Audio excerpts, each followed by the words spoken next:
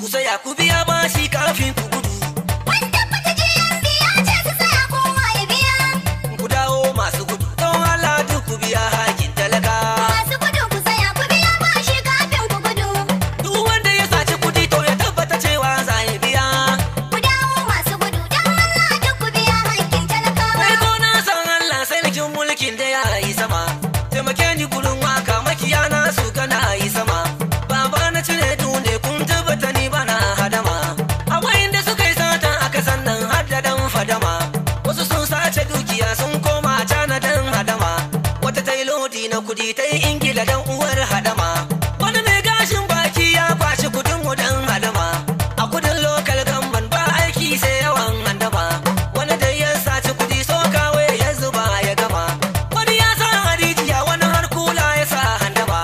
Wani ko ya kwashi dala ya sa a cikin sili hadama. Wani ya yi lodin goro da kudin mu amma yana gardama. Wani ya kwashe dolar duk ya dura a jirgin sama. Wasu sun kai su Switzerland sun sa banki suna azama. Baba kai kamun kuku ga wa'inda suka yi mana handama. Kullum burin da muke Allah ya tsare ka kana mulkin talaka.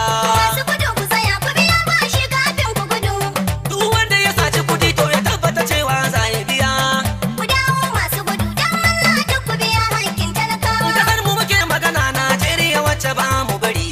Wanda ba su da imani in kudin talakawa ba su bari. Kudin da aka ware don talaka sun ka kai wa hari. Wa'inda suka yi sata can a baya su sun ka samu fari. Ana maganan talaka burin su kawai su tara wuri. Wai wa'innan mabannata kansu wasu ke ta da kari. Daga an ce dawo da kudin talaka sai su kama bari. Dama su ne manya a tudu na kasar mu har ga kwari. Wasu to sun dauki fushi sun matsa kasar mu dan a bari. Tattalin arziki na kasar mu a hannun su yake ta gari. Wannan damar da ita suka masa kasar mu dan a bari. Babakar da ka bar kowa an so mana hannun buri. Wanda duk ya cuci kasa har dan jam'iyya kar ka bari. Dan kai gyaran da kake baka nema a baka wuri.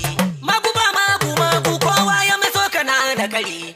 Maganar harkin talaka ko don waye ka kai mai hari. Kuma gwamnonin nan cutar da aka yi kar ku bari. Ba shari ba kage wanda ya dauka kusa shi guri. Gwamnoni ga shawara ku tsaya ku yi ayyuka da gari. Na san tattalin arziki na kasar mu yana cikin gadari. A hakan sai kun kokari domin jama'a su daina fari. Rabar da kudin jama'a ba kyau mai yin shi sai ya bari. Yan kudin da kuke samu ku yi aiki ƙauyuka da gari. A kira masana'antu don matasa su samu aikin sari. A kirkiri ayyuka da matasa su yi ta kora fari. Mu dai burin da muke Allah ya tsare ku kuna aikin talaka. Masu gudu ku